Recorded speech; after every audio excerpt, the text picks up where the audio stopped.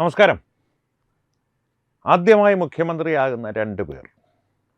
ഒന്ന് തമിഴ്നാട്ടിൽ ജോസഫ് വിജയ്, രണ്ടാമത്തേത് പശ്ചിമ ബംഗാളിൽ സുവേന്ദു അധികാരി.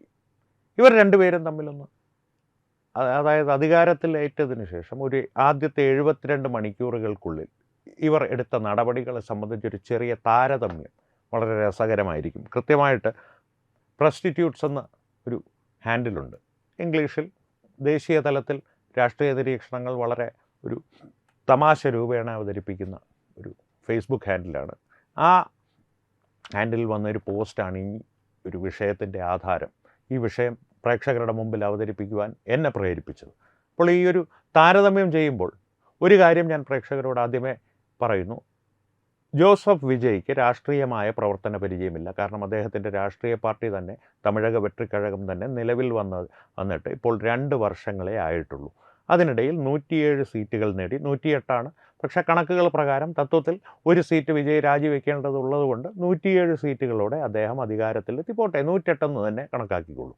സഖ്യകക്ഷികളുടെ കോൺഗ്രസ് ഉൾപ്പെടെയുള്ള തട്ടിക്കൂട്ടൊരു സഖ്യത്തിൻ്റെ കൂടെ AEADMK ഒന്ന് പിളർത്തി അധികാരത്തിൽ നിൽക്കുന്ന ഒരു മൈനോറിറ്റി ഗവൺമെൻറ്റാണ് അദ്ദേഹം. കാരണം ന്യൂനപക്ഷ സർക്കാരെന്ന് വേണമെങ്കിൽ പറയാം. പൂർണ്ണമായിട്ടുള്ള ഒരു ഭൂരിപക്ഷം ഇല്ലാത്തതുകൊണ്ട്. അതുകൊണ്ട് രാഷ്ട്രീയ പരിചയം വിജയ്ക്ക് കുറവാണ്. സുവേന്ദു അധികാരിയെ സംബന്ധിച്ച് അധികാര കേന്ദ്രങ്ങളിൽ അദ്ദേഹം ഇരുന്നിട്ടില്ലെങ്കിൽ പോലും തൃണമൂൽ കോൺഗ്രസിൻ്റെ പ്രവർത്തന പരിചയമുണ്ട്. പ്രതിപക്ഷ നേതാവെന്ന് ഉള്ള തരത്തിലെ പ്രവർത്തന പരിചയങ്ങളുണ്ട്. ഒപ്പം BJPയെ പോലെ വലിയൊരു തിരഞ്ഞെടുപ്പ് യന്ത്രം നിയന്ത്രിക്കുന്ന ഒരു രാഷ്ട്രീയ കക്ഷിയുടെ രാജ്യം ഭരിച്ച് പരിചയമുള്ള ഇത്തരത്തിലുള്ള പദ്ധതികൾ നടപ്പാക്കിയൊരു രാഷ്ട്രീയ കക്ഷിയുടെ പിന്തുണ സുവേന്ദു അധികാരിക്കുണ്ട്. ഇത്രയും വ്യത്യാസങ്ങൾ അവർ തമ്മിലുണ്ട്. പക്ഷേ അതുകൊണ്ട് തന്നെ സുവേന്ദു അധികാരി എടുത്ത അതിർത്തി മുഴുവൻ മുൾവേലി കെട്ടുവാനുള്ള തീരുമാനം, അതിന് സ്ഥലം വിട്ടുകൊടുക്കുവാനുള്ള തീരുമാനം, ഇതൊന്നും പരിശോധിക്കുന്നില്ല. അത്രയും ഗൗരവമേറിയ വിഷയങ്ങളൊന്നും പരിശോധിക്കുന്നില്ല. പക്ഷേ അടിസ്ഥാനപരമായിട്ട് ചില വ്യത്യാസങ്ങൾ പരിശോധിച്ചേ മതിയാകുള്ളൂ. അവിടെ ഈ പ്രവർത്തന പരിചയം ഒരു വിഷയമല്ല, അതിനൊരു സാമാന്യ ബോധം മാത്രം മതി. ജോസഫ് വിജയ് അധികാരത്തിലെത്തി ആദ്യമായി എടുത്ത ചില നടപടികൾ, ഒന്ന് സ്ത്രീ സുരക്ഷയ്ക്ക് വേണ്ടിയിട്ടുള്ളതാണ്. വളരെ നല്ല കാര്യം. സ്ത്രീ സുരക്ഷയ്ക്ക് വേണ്ടി പ്രത്യേക പോലീസ് സംഘങ്ങളുണ്ടാക്കി. അത് നമ്മുടെ ഇവിടുത്തെ പിങ്ക് പോലീസ് പോലെ. പക്ഷേ അതിലുള്ള ഒരു ചെറിയ പ്രശ്നം, അതിൻ്റെ ഒരു പ്രവർത്തന രീതി സംബന്ധിച്ചുള്ള വിശദമായിട്ടുള്ള യാതൊരു മാർഗരേഖകളും ഇതുവരെ തമിഴ്നാട് പോലീസിന് ലഭ്യമായിട്ടില്ല. അതുകൊണ്ട് തന്നെ പേപ്പറിൽ മാത്രം, കടലാസിൽ മാത്രം ഒതുങ്ങിയൊരു പദ്ധതിയായി അത് നിലകൊള്ളുന്നു. രണ്ടാമത്തെ കാര്യം, ഈ ടാസ്മാർക്ക് കടകൾ, അതായത് ഇവിടുത്തെ ബിവറേജസ് പോലെ തമിഴ്നാട്ടിലെ ബിവറേജസ് 717 മദ്യശാലകൾ അദ്ദേഹം അടച്ചുപൂട്ടി. സർക്കാരിൻ്റെ നിയന്ത്രണത്തിലുള്ള അല്ലെങ്കിൽ സർക്കാരിൻ്റെ അധീനതയിലുള്ള 717 മദ്യശാലകൾ അദ്ദേഹം അടച്ചുപൂട്ടി. അവയിൽ എല്ലാം തന്നെ ഒന്നെങ്കിൽ ഏതെങ്കിലും അമ്പലത്തിനോടോ ആരാധനാലയങ്ങളോടോ അടുത്ത് നിൽക്കുന്നതോ അല്ലെങ്കിൽ സ്കൂളുകളോട് അടുത്ത് നിൽക്കുന്നതോ ആയിരുന്നു. വളരെ നല്ല കാര്യം. അല്ലെങ്കിൽ ജനങ്ങൾ തിങ്ങി താമസിക്കുന്ന ഏതെങ്കിലും ഒരു പ്രദേശത്തിൻ്റെ ഈ അഗ്രഹാരങ്ങൾ പോലുള്ള സ്ട്രീറ്റുകളുണ്ടല്ലോ, അഗ്രഹാരങ്ങളെന്ന് പറഞ്ഞുകൊണ്ട് ബ്രാഹ്മണരുടെ വാസസ്ഥലങ്ങൾക്കുള്ളിൽ മാത്രമുള്ള മദ്യശാലകളാണെന്ന് കരുതേണ്ട. ഇത്തരത്തിലുള്ള സ്ട്രീറ്റുകളോ അല്ലെങ്കിൽ ചേരികളോ അവിടെയെല്ലാം ജനങ്ങൾ ഞെരുങ്ങി താമസിക്കുന്ന സ്ഥലങ്ങളിലുള്ള മദ്യശാലകൾ, ഇവയെല്ലാം പൂട്ടുവാനുള്ള ഒരു ഉത്തരവിൽ അദ്ദേഹം ഒപ്പുവെച്ചു. പ്രശ്നമെന്ന് പറഞ്ഞാൽ ഇവയെല്ലാം മറ്റിടങ്ങളിൽ തുടങ്ങുവാനുള്ള ലൈസൻസ് ഇപ്പോഴും നിലവിലുണ്ട്. ഇത് ഒരു ഫ്രാഞ്ചൈസി പോലെയാണ് അവിടെ ഏറ്റെടുത്ത് നടത്തുന്നത്, അല്ലാതെ നേരിട്ട് സർക്കാർ തന്നെ നടത്തി ചെയ്യുന്നതല്ല. സർക്കാരിൻ്റെ അധീനതയിലുള്ളതാണ്. മറ്റേ പെട്രോൾ പമ്പുകളൊക്കെ ചെയ്യുന്നത് പോലെ കമ്പനി ഓൺഡ് ഫ്രാഞ്ചൈസി ഗവേൺഡ് എന്ന് പറയില്ലേ, അങ്ങനെയുള്ളൊരു സംവിധാനമാണ് ഈ മദ്യശാലകളെ സംബന്ധിച്ച്. അല്ലെങ്കിൽ തന്നെ അതിൻ്റെ ഒരു കോൺട്രാക്ടർമാരുണ്ടാവും. അവർക്ക് ഇത് മറ്റിടങ്ങളിൽ തുറക്കുവാനുള്ള ലൈസൻസ് ഇപ്പോഴും അവരുടെ കയ്യിലുണ്ട്. അതൊന്നാമത്തെ കാര്യം. രണ്ടാമത്തെ കാര്യം, ഈ ഉത്തരവ് ഇറങ്ങിയതിന് ശേഷം ആദ്യത്തെ ദിവസം അടച്ചുപൂട്ടിയ പല മദ്യശാലകളും പിറ്റേ ദിവസം പതിവ് പോലെ തന്നെ തുറന്ന് പ്രവർത്തിക്കുന്നതായിട്ടാണ് തമിഴ്നാട്ടിൽ കാണപ്പെടുന്നത്. ഇത് രണ്ടാമത്തെ അദ്ദേഹത്തിൻ്റെ ഉത്തരവ്. പിന്നെയുള്ള അദ്ദേഹത്തിൻ്റെ ഉത്തരവുകളും തീരുമാനങ്ങളും, അദ്ദേഹം ഉച്ചയൂണ് വീട്ടിൽ നിന്ന് കൊണ്ടുവരുന്നു. അദ്ദേഹം കസേരയിലുള്ള വെള്ള ടവൽ മാറ്റി. അദ്ദേഹം പെട്രോളിൻ്റെ വില കുറയ്ക്കണമെന്ന് നരേന്ദ്രമോദിക്ക് കത്തെഴുതി. അദ്ദേഹം നീറ്റ് ഒഴിവാക്കണമെന്ന് നരേന്ദ്രമോദിക്ക് കത്തെഴുതി. ഇത്രയുമാണ് ജോസഫ് വിജയുടെ ആദ്യ നാളുകളിലുള്ള 72 മണിക്കൂർ എന്നുള്ളൊരു അളവുകോലായി വെച്ചിട്ടുണ്ടെങ്കിൽ 72 മണിക്കൂറിൽ അതിലൊരൽപ്പം കടന്നും അദ്ദേഹം എടുത്ത തീരുമാനങ്ങൾ, അദ്ദേഹത്തിൻ്റെ ഭരണ പരിഷ്കാരങ്ങൾ, അദ്ദേഹത്തിൻ്റെ ഭരണ നൈപുണ്യത്തിൻ്റെ പ്രകടനം. ഇനി സുവേന്ദു അധികാരിയിലേക്ക് പോയി കഴിഞ്ഞാൽ ആദ്യത്തെ ദിവസം തന്നെ അദ്ദേഹം ഞാൻ പറഞ്ഞല്ലോ, അതിർത്തി സുരക്ഷയെ സംബന്ധിച്ചുള്ള കാര്യങ്ങളൊന്നും നമുക്കിപ്പോൾ ചർച്ച ചെയ്യേണ്ട. RJ കാർ മെഡിക്കൽ കോളേജിലുണ്ടായ ക്രൂരമായ ബലാത്സംഗവും അത് തുടർന്നുണ്ടായ കൊലപാതകവും അത് സംബന്ധിച്ച് 3 IPS ഉദ്യോഗസ്ഥരായിരുന്നു ആ കേസ് പ്രധാനമായി അന്വേഷിച്ചതും തേച്ച് മാച്ച് കളയുവാൻ ശ്രമിച്ചതും തൃണമൂൽ കോൺഗ്രസ് ഗുണ്ടകൾക്ക് വേണ്ടി. അവരെ 3 പേരെയും സസ്പെൻഡ് ചെയ്തു എന്ന് മാത്രമല്ല, അന്വേഷണം ഊർജിതമാക്കുവാനുള്ള ഉത്തരവുകളിട്ടു. രണ്ടാമത്തത്, സ്ത്രീ സുരക്ഷാ സംബന്ധമായിട്ടുള്ള കാര്യങ്ങൾ ഏതെങ്കിലും തരത്തിൽ ഉത്തർപ്രദേശിൽ നടക്കുന്നത് പോലെ തന്നെ ഒരു സംഘങ്ങൾ രൂപീകരിച്ച് കൃത്യമായ മാർഗരേഖകളോടുകൂടി പശ്ചിമ ബംഗാളിൽ സ്ത്രീകൾക്കെതിരായിട്ടുള്ള അക്രമങ്ങൾ എവിടെയെങ്കിലും നടന്നാൽ കൃത്യമായിട്ടുള്ള നടപടികൾ എടുക്കുവാനുള്ള മാർഗരേഖകൾ സഹിതം പോലീസിനെ അദ്ദേഹം ചുമതലപ്പെടുത്തിയെന്ന് മാത്രമല്ല, അതിന് പ്രത്യേക മേധാവികളെയും ഓരോ മേഖലകളായി തരംതിരിച്ച് അദ്ദേഹം നിയോഗിച്ചിട്ടുണ്ട്. മൂന്നാമത്തെ കാര്യം, പൊതുനിരത്തുകളിൽ ആടുമാടുകളെ വെട്ടിക്കൊല്ലുന്ന പരിപാടി പൂർണ്ണമായും നിരോധിച്ചു. അത് ഏത് ആഘോഷത്തിൻ്റെ ഭാഗമായിട്ടാണെങ്കിലും ഇനി നടക്കില്ല. അതിൻ്റെ ഭാഗമായി തന്നെ പൊതുനിരത്തിലുള്ള നിസ്കാരങ്ങൾ ഉൾപ്പെടെയുള്ള കാര്യങ്ങൾ അദ്ദേഹം നിരോധിച്ചിട്ടുണ്ട്. നാലാമത്തെ കാര്യം, അനധികൃതമായ നിർമ്മാണങ്ങൾ, പ്രത്യേകിച്ച് ഈ ഒരു ചേരികൾ പോലുള്ള സ്ഥലങ്ങളിൽ അനധികൃതമായി പല നിർമ്മാണശാലകളിലും, അത് തുകൽ വസ്തുക്കളുടെ നിർമ്മാണശാലകളാകാം, പലപ്പോഴും അതിൻ്റെ അകത്ത് നിന്ന് ഭീകരവാദം വരെ നിർമ്മിച്ച് പുറത്തേക്ക് ഇറക്കപ്പെടാറുണ്ട്. കാരണം ഇവയെല്ലാം ഈ അതിർത്തി ഗ്രാമങ്ങളിലാണ്. അതിർത്തി ഗ്രാമങ്ങളെന്ന് പറയുന്നത് ബംഗ്ലാദേശുമായി അടുത്ത് കിടക്കുന്നു.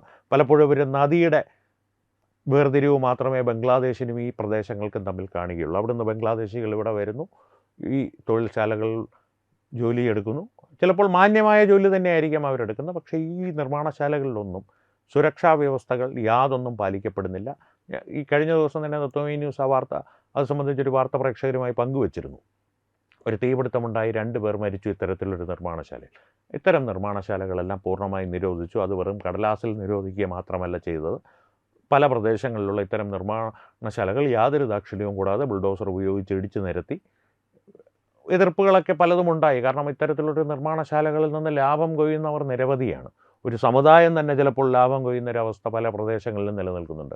അതൊന്നും വകവയ്ക്കാതെ ഇടിച്ചു നിരത്തി ഇത്തരത്തിലുള്ള നിർമ്മാണശാലകളുടെ പ്രവർത്തനങ്ങൾ ഏതാണ്ട് പൂർണ്ണമായി തന്നെ പല മേഖലകളിലും അവസാനിപ്പിച്ചു. ഇത്രയും ചുരുങ്ങിയ നാളുകൾക്കുള്ളിൽ ബാക്കി പശ്ചിമ ബംഗാളിൽ നിലനിൽക്കുന്ന ഇത്തരത്തിലുള്ള നിർമ്മാണശാലകളെല്ലാം അടച്ചുപൂട്ടുമെന്ന് തന്നെയാണ് അദ്ദേഹം പ്രഖ്യാപിച്ചിരിക്കുന്നത്. അത് ആയിട്ടുള്ള സത്വര നടപടികൾ കൈക്കൊണ്ട് മുന്നോട്ട് പോകുന്നു.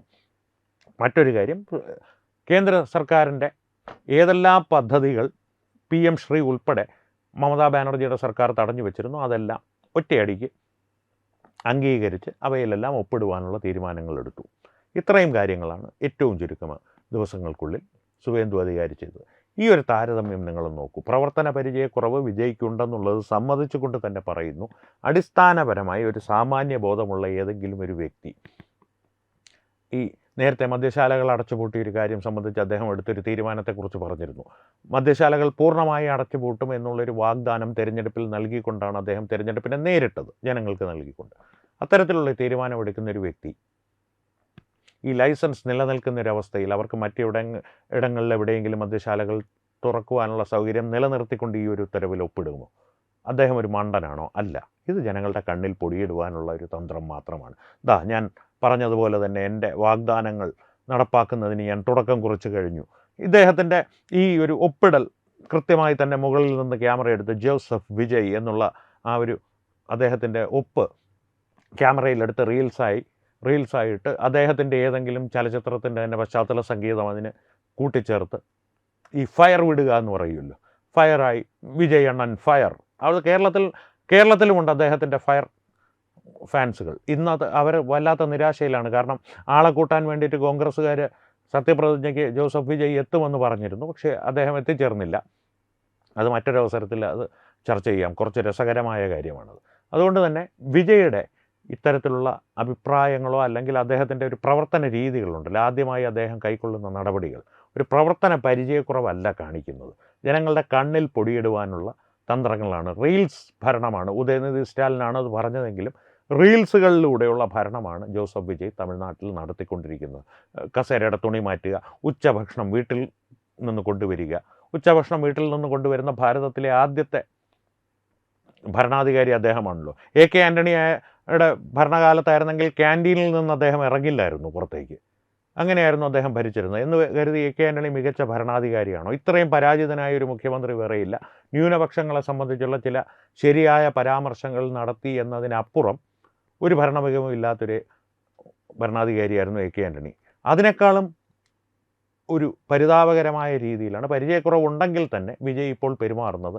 റീൽസ് ഭരണം മാത്രമാണ് വിജയ് നടത്തുന്നത്, റിയൽ ഭരണമാണ് സുവേന്ദു അധികാരി നടത്തുന്നത്. ഈ താരതമ്യം കൊണ്ട് ഉദ്ദേശിച്ചത് അത് പ്രേക്ഷകരുടെ മുമ്പിലൊന്ന് അവതരിപ്പിക്കുക മാത്രമായിരുന്നു. നിങ്ങളുടെ അഭിപ്രായങ്ങൾ, കാരണം ഇത് സംബന്ധിച്ച് വ്യത്യസ്തമായ അഭിപ്രായങ്ങൾ നിങ്ങൾക്കുണ്ടാകും. കാരണം സുവേന്ദു അധികാരി അത് ചെയ്തത് ശരിയായില്ല, അല്ലെങ്കിൽ ജോസഫ് വിജയ് ഇന്ന നല്ല കാര്യം ചെയ്തില്ലേ, എൻ്റെ ശ്രദ്ധയിൽ നിന്ന് വിട്ടുപോയ എന്തെങ്കിലും കാര്യങ്ങൾ, നല്ല കാര്യങ്ങൾ ജോസഫ് വിജയ് ചെയ്തിട്ടുണ്ടെങ്കിൽ അതും കമൻറ്റുകളിലൂടെ അറിയിക്കുക. എന്തെങ്കിലും മോശം കാര്യം സുവേന്ദു അധികാരി ചെയ്തിട്ടുണ്ടെങ്കിൽ അതും കമൻറ്റുകളിലൂടെ അറിയിക്കുക. അപ്പോൾ എന്തായാലും സംവാദങ്ങൾ തുടരട്ടെ, താരതമ്യങ്ങളും തുടരട്ടെ. വീണ്ടും കാണാം. നന്ദി, നമസ്കാരം. വിട്ടുവീഴ്ചയില്ലാത്ത നിലപാടുകളുമായി ദേശീയതയുടെയും സമാജത്തിൻ്റെയും ശാക്തീകരണത്തിനു വേണ്ടി തത്വമയിയുടെ ജൈത്രയാത്ര തുടരുകയാണ്. യൂട്യൂബിൽ മാത്രം തത്വമയിക്ക് 10 ലക്ഷം സബ്സ്ക്രൈബേഴ്സിലേക്ക് എത്താൻ ഏതാനും ചുവടുകൾ മാത്രമാണ് ബാക്കി. മറ്റ് സോഷ്യൽ മീഡിയ പ്ലാറ്റ്ഫോമുകളിലും തത്വമയിയുടെ നിറസാന്നിധ്യം തുടരുകയാണ്. ഈ അവസരത്തിൽ ഞങ്ങൾക്ക് നിങ്ങളോടുള്ള അഭ്യർത്ഥന ഞങ്ങളോടൊപ്പം നിൽക്കുക എന്നുള്ളതാണ്.